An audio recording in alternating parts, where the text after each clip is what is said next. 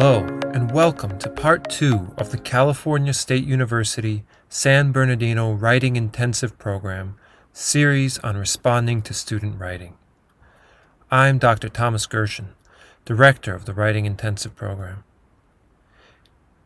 In the previous video, which you can find on our website, I reviewed the purpose of feedback. I talked about the role of feedback in cultivating an apprenticeship culture in the classroom, summarized some research on how students respond to comments from professors, and talked about the benefit and limitations of positive feedback. In this video, I review some research and provide strategies for giving effective feedback. I introduce the principle that your focus in comments should reflect your hierarchy of concerns for the project. I also introduce a sample hierarchy of concerns and provide strategies for responding with an awareness of and tolerance for difference among student identities. Your comments on student writing should clearly reflect the hierarchy of your concerns about the paper. Major issues should be treated more prominently and at greater length. Minor issues should be treated briefly or not at all. If you comment extensively on grammatical or mechanical issues, you should expect students to infer that such issues are among your main concerns with the paper. It is, after all, not unreasonable for students to assume that the amount of ink you spill on an issue bears some relationship to the issue's importance. Often, the things we as faculty spend time providing feedback on are the things that are easiest to point out or to fix, but these may not be the most important issues for the student to work on. This is why sometimes the most difficult aspect of improving your feedback strategy is refraining from making a comment or set of comments in the first place. Before making a comment on a student's project, ask yourself, how much of a relative impact will this change make on the overall quality of the piece? If the student only has a limited amount of time to improve this piece, and the student's goal is to improve their grade as much as possible, would the student be better off spending their time elsewhere? Your hierarchy of concerns should reflect the learning goals and/or outcomes for the particular project. This may be documented in your rubric or a checklist associated with the project. If so, any comments should clearly relate to the rubric and/or checklist, including any weighting inherent in these. Spend more time commenting on issues that are weighted more highly in the rubric, or that contribute more to the learning outcomes of the assignment. John Bean, author of Engaging Ideas, offers his own hierarchy of concerns, which you can use as a reference. First, does the draft follow the assignment?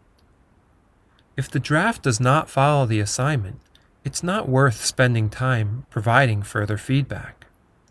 Rather than grading or commenting on the draft, consider meeting with the student to learn if the problem stems from their misunderstanding the assignment or from something else. Next, does the draft address a problem or question? Does it have a thesis? Often, drafts that exhibit problems on this level reflect the student's thinking process.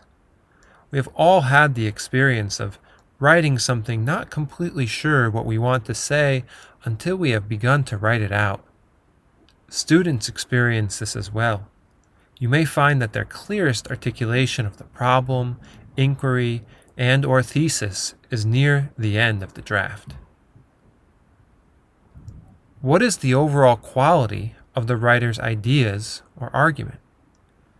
Here is where feedback can be useful for helping the student revise or re-see their draft from a reader's point of view, especially end-of-text feedback. What can the writer do to help the reader better appreciate their analysis or find their argument more compelling? Is the draft effectively organized? Bean suggests focusing specifically on idea path markers such as title, introduction, thesis and subclaims, and topic sentences, as well as paragraphing, redundancy, and gaps in evidence or information. Does the draft effectively handle old and new information? Here, Bean summarizes what he calls the old-new contract. In a nutshell, this is a principle that old information should precede new information on the sentence level. Old information comes at the beginning of a sentence, while new information comes later. Is the draft free of errors in grammar, punctuation, and spelling?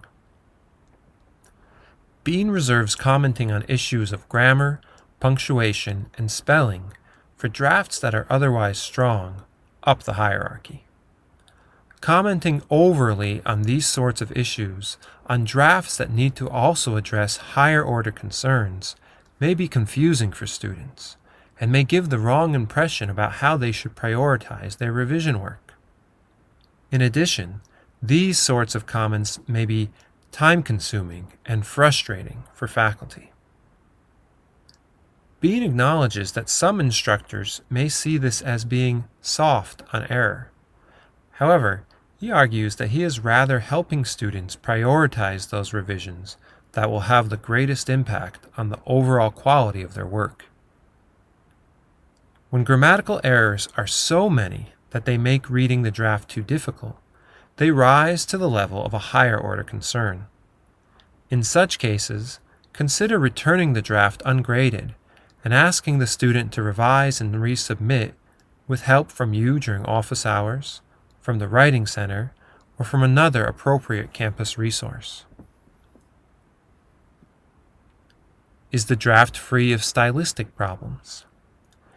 Bean rightfully distinguishes between grammatical issues and stylistic issues, such as wordiness, choppiness, weak verbs, or inappropriate levels of formality. Whatever your hierarchy of concerns, writing scholars suggest cultivating a greater awareness of and tolerance for socio-cultural and linguistic differences.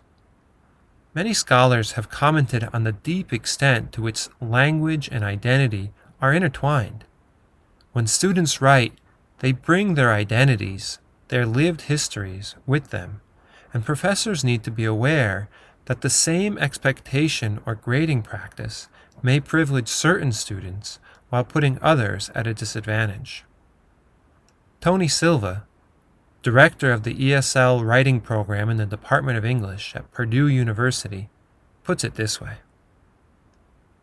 People often ask, I have a class with a couple non-native speakers in it, but mostly native speakers of English. What do I do when I try to assess them? Should I hold everybody to the same standard? Realistically, I don't think that's a realistic thing to do.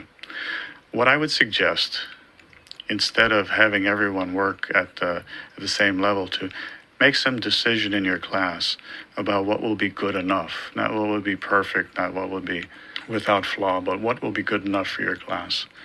And then when you look at things that way, you can be less distracted by small things in people's papers that might cause you to rate them lower. For example, people accept that someone from a foreign country will speak with a foreign accent. I think it's just as fair it's the same thing to suggest that people will write with an accent.